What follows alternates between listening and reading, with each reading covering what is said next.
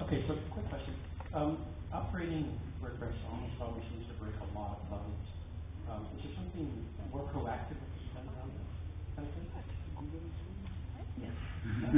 Okay.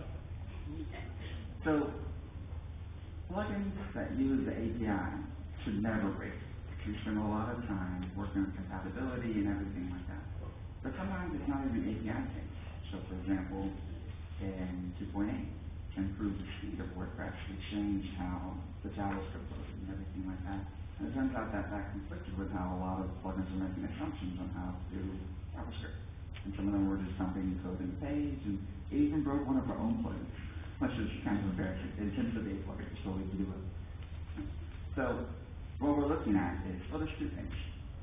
One, I think when you're upgrading, it should check all your plugins and be like, this works, this doesn't, right? And that just makes sense. Why else do you have an upgrade, right? And our model for the whole upgrade model has always been Firefox, right?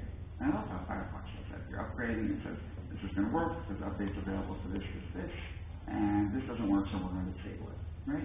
You just go on, and then, a week later, it notifies you there's an update to the thing that didn't work, and you're done. That's how I want the WordPress plugin system to work. In terms of being more proactive, what we're doing is spending a lot more time to sort of the top plugins, because the very top 20, 30, 40 plugins make up maybe hundreds, if not millions, of installs, like of people using plugins. And so problems felt there cause more heat. Like what's a plugin that's working for you before? Bluesmash.